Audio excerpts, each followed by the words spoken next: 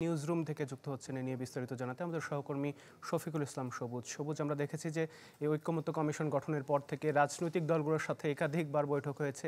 এবার এই যে সুশীল সমাজের সাথে বৈঠক করলো ঐক্যমত্য কমিশন, কি মনে হচ্ছে তাদের যে প্রত্যাশা সেটি কি আসলে পূরণ করা সম্ভব? গেল ২ মাসের বৈঠকের সাথে আজকের এই বৈঠকের কিন্তু একটা বড় পার্থক্য আছে। রাজনৈতিক দলগুলো তাদের যে দলীয় আদর্শ রয়েছে সেই মোতাবেক কিন্তু তাদের প্রস্তাবনা সরকারকে দিয়েছে কিংবা কমিশনকে দিয়েছে। আজকে যেহেতু সুশীল সমাজের প্রতিনিধিদের সাথে বৈঠক ছিল, নানা পথের নানা মতের বিজ্ঞজনরা সেখানে ছিলেন, তারা তাদের মন্তব্য খুব স্বাধীনভাবে সেখানে করেছেন। যেমন এখন পর্যন্ত ৩৩টি রাজনৈতিক দলের সাথে বৈঠকে ১৬৬টি পরামর্শ কিংবা প্রস্তাবনা রাজনৈতিক দলের কাছ থেকে সরকারের কাছে কিংবা ঐক্যমত্য কমিশনের কাছে দেওয়া হয়েছে। তার মধ্যে মোটা দাগে ১০ থেকে ১৫টি সিদ্ধান্ত নিয়ে কিন্তু এখন পর্যন্ত ঐক্যমত্যে আসা যায়নি। কিন্তু বাংলাদেশের জাতি রাষ্ট্রের জন্য কিংবা ২৪-এর যে গণঅভ্যুত্থান হয়েছে সেই গণঅভ্যুত্থানের আকাঙ্ক্ষাকে বাস্তবায়ন করার জন্য তা কারো কারো কাছে অনেক বেশি গুরুত্বপূর্ণ এমনটা বলছেন।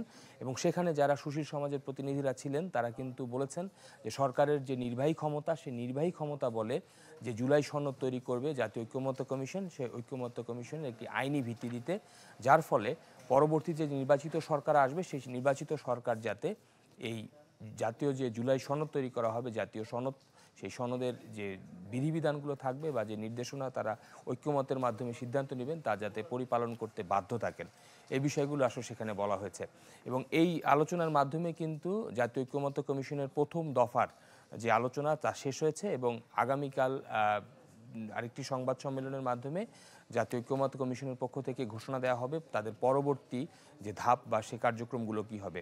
তবে এখন পর্যন্ত মোটা দাগে যে বিষয়গুলো জানা গেছে যে ১৬৬ থেকে মোটা দাগের যে বিষয়গুলো, গুরুত্বপূর্ণ যে বিষয়গুলো, সেই বিষয়গুলোকে নিয়ে পরবর্তীতে অর্থাৎ দ্বিতীয় দফায় আলোচনা হবে এবং সেখানে একক কোনো রাজনৈতিক দলের সাথে বৈঠকে ঐক্যমত্য কমিশন বসবেন না। তারা সকল রাজনৈতিক দলকে একসাথে ডেকে সেই টেবিলে বিষয়গুলো উপস্থাপন করা হবে।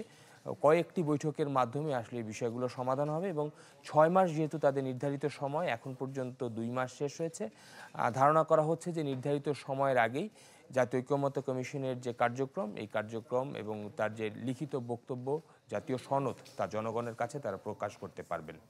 জি সবুজ, অনেক ধন্যবাদ যুক্ত হবার জন্য। নিউজরুম থেকে যুক্ত হয়েছিলেন সহকর্মী শফিকুল ইসলাম সবুজ।